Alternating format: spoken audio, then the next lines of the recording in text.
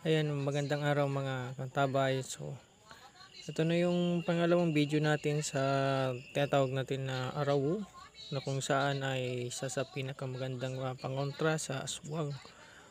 Ano? So, ito na po yung actual yung nakaraan pong video kung nakita nyo. Ito na yung itsura niya. Ano po? Itsura niya nung pagkakuha natin. So, ito po yun. No, napakasimple lang na na tinatawag natin na kahoy kung saan napakaganda nito, ano, napakaganda at may amoy itong tinatawag na napakabango ng amoy nitong tinatawag natin na kahoy na may waga na araw. So yan po yung tawag dito sa amin, hindi ko lang po alam doon sa ibang iba natin na mga kaantabay anong tawag nila dito. No, so ito yung tawag dito sa amin. And ito na lang po yung tira mga kantabay. Ito pag mag-ano ka nito, magagamit. Kukuha ka lang ng konti dito. Masyadong pag halimbawa, example mga kantabay, magpapauso kayo gamit po insinso. Pwede niyo po itong isama, itong ng araw. O kaya dun sa halimbawa may mga buntis kayong asawa. So ito maganda to. Pag pinagpauso ka nito, hindi basta-basta makakalapit yung mga aswang at kahit yung mga elemento, masasamang elemento at mga engkanto. Ito yung pinakamiwaga na kahoy ng araw tinatawag natin. So ito, tuyo na po kasi siya at noon nga nakarat na video ay talagang tuyo na yung pinagkuhan natin.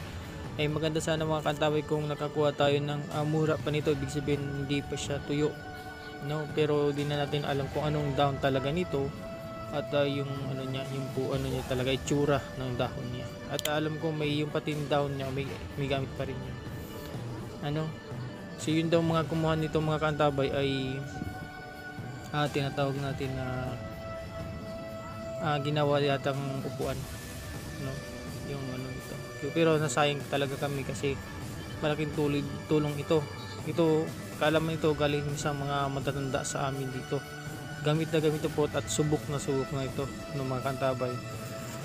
So ito po yung binagay ko na sila sa bote para hindi na sila expose sa labas. Ito na yan, ganun sa kadami. Ayan mga kantabay. So ilagay ko kasi yan para hindi siya maalikabukan at ma-preserve natin siya ng madami tayong paggagamitan at pagkakargahan. So ayan, ilalagay ko siyang talaga dito para dito. So ayan, ilagay ko sa bote para mas maganda. Kaya yung may mga kasa tayong ginawa mga kantabay. Pagka ganun, diba may mga garapa kayo at may mga mutya din sa loob. Ito yung kasa natin na may araw. Ito isa pa din to sa gamit natin mga kantabay. Pag may mga aswang talagang kukulo itong yan. Tinatawag natin na oil na ito pag mayroon na makahoy ng araw. At kung meron ka nito sa bahay mo, hindi ka basta-basta lalapitan ng kahit anong engkanto o kahit ano pa na depende po sa pananalag nyo. Ito naman sa ilalim, ito po yung mutya ng uling. Linagay ko na hose kasi dyan. So ayan, linagay natin siya na kombinasyon. Kasi yung mutya ng uling so bulag din siya. Talagang maganda talaga to sa aswang. Pangontra at sa mga engkantong masasama. So ayan, di basta. At ito pa yung iba kong kasa na madami din siyang mga sahok mga kantabay.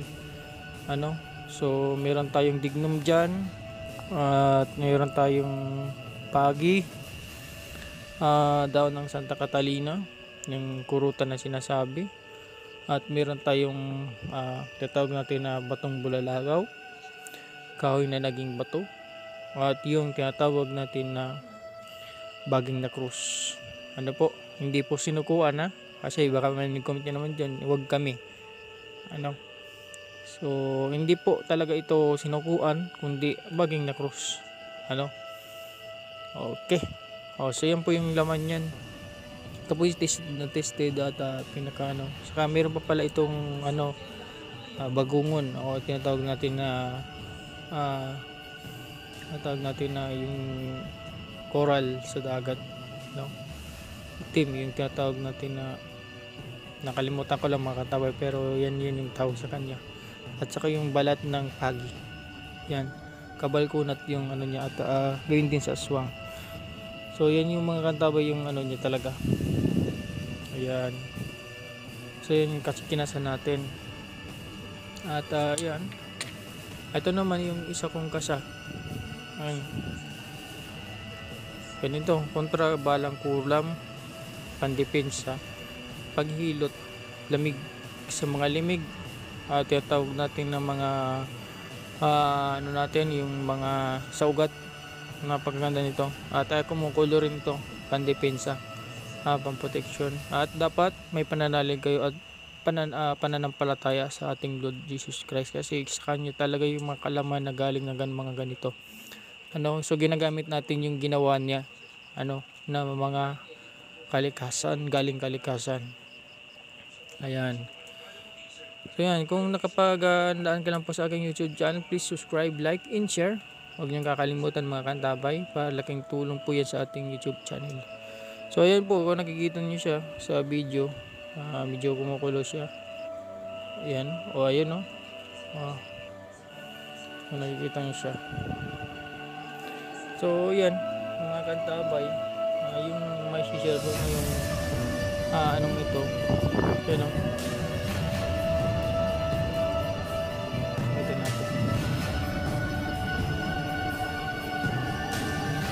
Ito natin, hindi gaano makapokus siya.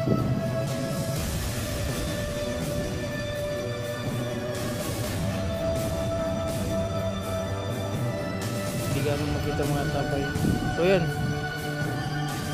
may mga sakop din ito na tinatawag natin na para sa mga libig-libig. Verde latlag na. Ito yung kahoy ng Santa Catalina at saka yung ugat niya. No, yung namoy niya ay parang mani, napakabang. No? May mga lagyan pa natin siya ng mutya para din sa protection. So lalagyan pa natin to ng bulalaga para 100% ay gumana at malakas na malakas. So yan lang mga kantabay, may share ko ngayon. Ano pong ito, araw. Nawa po ay nasa mabuting kalagayan, at maraming po salamat sa pag-subscribe at